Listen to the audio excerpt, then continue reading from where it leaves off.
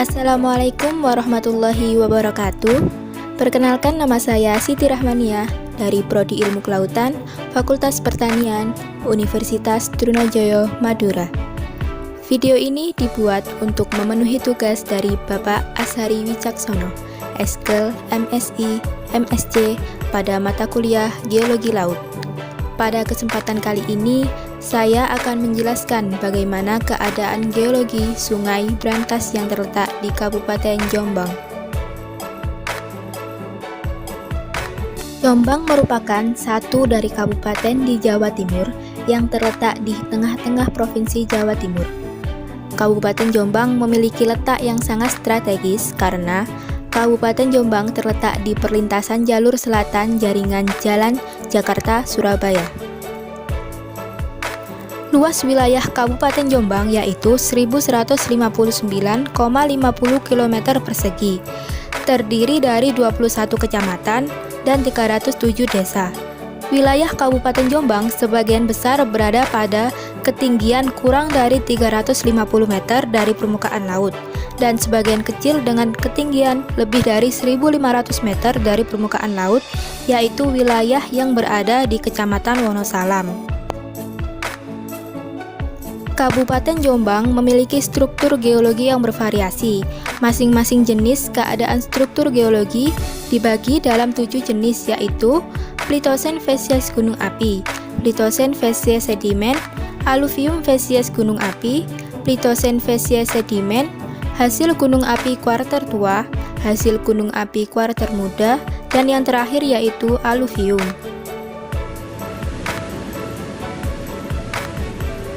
Keseluruhan struktur geologi di atas didominasi oleh jenis batuan dari hasil gunung api yang mempunyai ciri serta sifat mudah lapuk dengan kecenderungan menjadi tanah subur. Berdasarkan jenis batuan tersebut, Kabupaten Jombang termasuk endapan aluvium dan kuarter dari gunung api baik yang berupa kerikil, pasir, tuff, maupun lempung. Batuan ini banyak mengandung unsur hara, oleh karena itu banyak dimanfaatkan untuk lahan pertanian, irigasi, dan perkembangan permukiman. Kabupaten Jombang memiliki beberapa aliran sungai. Hampir seluruh wilayah Kabupaten Jombang masuk dalam daerah aliran Sungai Brantas. Sungai Brantas merupakan sebuah sungai yang terbesar dan terpanjang di Jawa Timur. Bahkan merupakan sungai terpanjang kedua di Pulau Jawa setelah Bengawan Solo. Sungai Brantas bermata air di Desa Sumber Brantas, Kota Batu.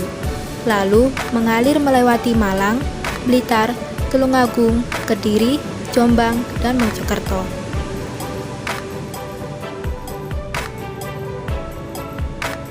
Di Kabupaten Mojokerto, sungai ini bercabang dua menjadi Kalimas, yaitu arah ke Surabaya, dan Kali Porong, yaitu arah ke Porong, Kabupaten Sidoarjo.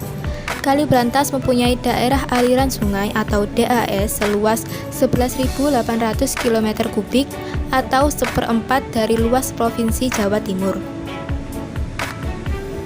Dengan panjang sungai utama 320 km yang mengalir melingkari sebuah gunung berapi yang masih aktif, yaitu Gunung Kelut. Curah hujan rata-rata mencapai 2.000 mm per tahun, dan dari jumlah tersebut sekitar 85% jatuh pada musim hujan. Potensi air permukaan per tahun rata-rata yaitu 12 miliar meter kubik. Potensi yang termanfaatkan sebesar 2,6 sampai 3 miliar meter kubik per tahun.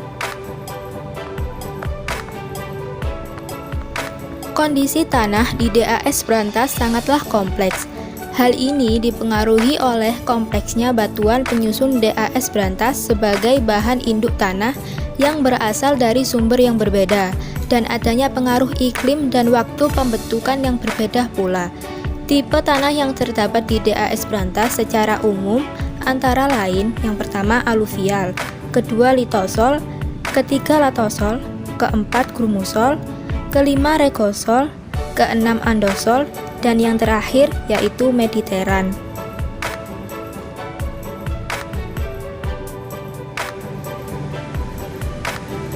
DAS Sungai Brantas memiliki anakan sungai sebanyak 485 anakan dan melewati 14 kabupaten atau kota. Sungai Brantas yang melewati Kabupaten Jombang termasuk dalam DAS Tengah Brantas. Kota-kota yang dilewati meliputi Kabupaten Kediri, Kabupaten Tulungagung, Kabupaten Nganjuk, dan Kabupaten Jombang. Kerusakan yang sering terjadi pada Sungai Brantas bagian tengah ini biasanya karena aktivitas manusia, seperti pengerukan pasir yang berlebihan. Hal ini mengakibatkan dasar sungai yang semakin tergerus dan tanggul yang fungsinya penahan erosi sungai dapat longsor. Tingkat bahaya erosi dan sedimentasi relatif tinggi, terutama di daerah DAS Sungai Brantas bagian tengah. Hal ini disebabkan karena terdapat banyak keruntuhan lereng, khususnya di daerah dengan kemiringan lereng yang curam. Di sisi lain, penambangan pasir yang berlebihan di Sungai Brantas terutama bagian tengah, yaitu Tulungagung sampai Mojokerto yang di dalamnya termasuk daerah Jombang, mengakibatkan terjadinya degradasi dasar sungai.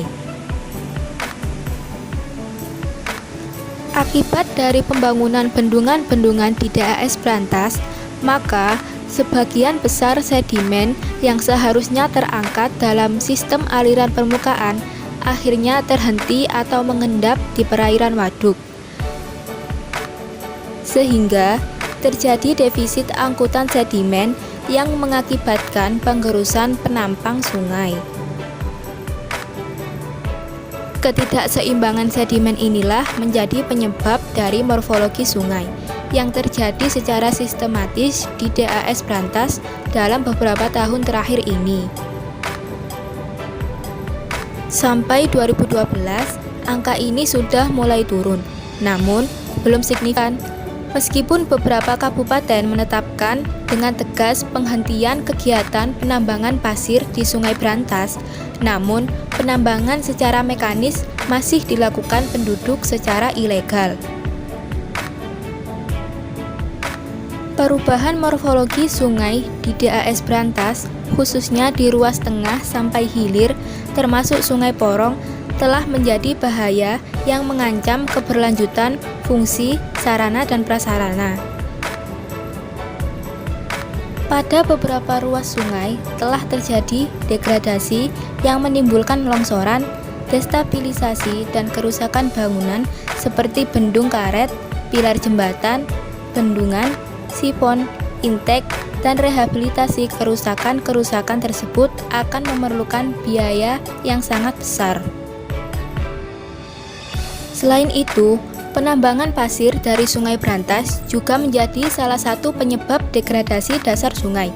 Berdasarkan studi yang dilakukan pada 1996 di Sungai Brantas ruas tengah dan Sungai Porong, diketahui volume penambangan pasir per tahun sebesar 2,12 juta meter kubik. Pada 2004, volume ini meningkat menjadi 2,92 juta meter kubik. Dalam pengelolaan sumber daya air Sungai Brantas, aspek tata ruang merupakan salah satu faktor yang perlu dipertimbangkan, yaitu dari sisi pengembangan pemanfaatan ruang untuk pemanfaatan sumber daya air bagi masyarakat perkotaan maupun pedesaan. Seperti yang sudah kita ketahui, bahwa daerah Jombang memiliki beberapa jenis tanah. Salah satunya yaitu tanah aluvial. Tanah di sekitar Sungai Brantas termasuk ke dalam jenis tanah aluvial dengan ciri-ciri yang pertama berwarna kecoklatan dan yang kedua teksturnya mirip dengan tanah liat yaitu basah. Tanah aluvial ini memang banyak ditemukan di pinggiran sungai. Tanah ini merupakan hasil erosi dari tanah di kawasan tinggi yang terbawa aliran sungai yang kemudian mengendap dan bercampur dengan lumpur sungai di dasar lereng. Tanah jenis ini mengandung zat mineral, fosfor, dan kalium. dan tanah ini juga memiliki pH yang rendah, yaitu di bawah 6. Tanah aluvial memiliki banyak manfaat. Tanah ini sangat cocok untuk lahan bertani. Salah satu manfaat dari tanah aluvial ini yang pertama, memperlancar proses irigasi. Mengapa? Karena lokasi tanah aluvial yang berada di endapan sungai membuat akses-akses kebun menjadi lebih lancar dan mudah.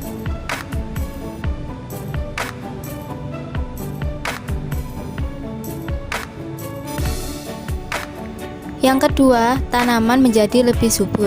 Seperti yang kita ketahui bahwa tanah aluvial ini memiliki kandungan unsur hara yang cukup tinggi.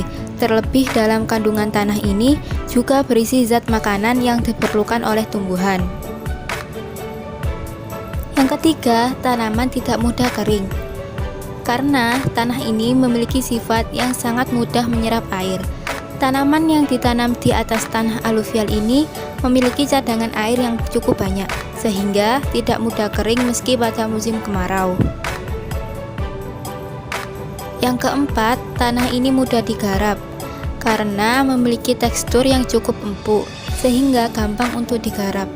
Dengan proses penggarapan yang mudah dan cepat, waktu pengerjaan lahan menjadi lebih efisien dan memangkas budget penggunaan alat berat seperti traktor. Untuk batuannya sendiri, batuan di sekitar Sungai Brantas memiliki warna hitam dengan ukuran sedang hingga besar. Batuan yang terlihat pada saat itu seperti sudah dibentuk oleh masyarakat sekitar menjadi bentuk kotak-kotak. Untuk batuan yang ukurannya lebih kecil belum terlihat, dikarenakan kondisi sungai yang pada saat itu sedang penuh.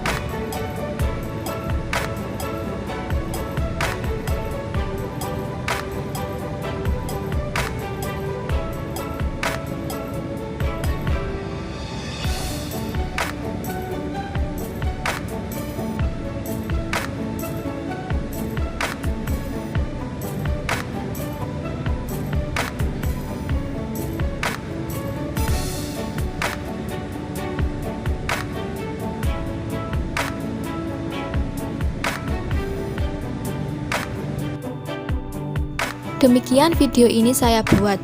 Apabila ada salah kata, mohon dimaafkan. Sekian, terima kasih. Wassalamualaikum warahmatullahi wabarakatuh.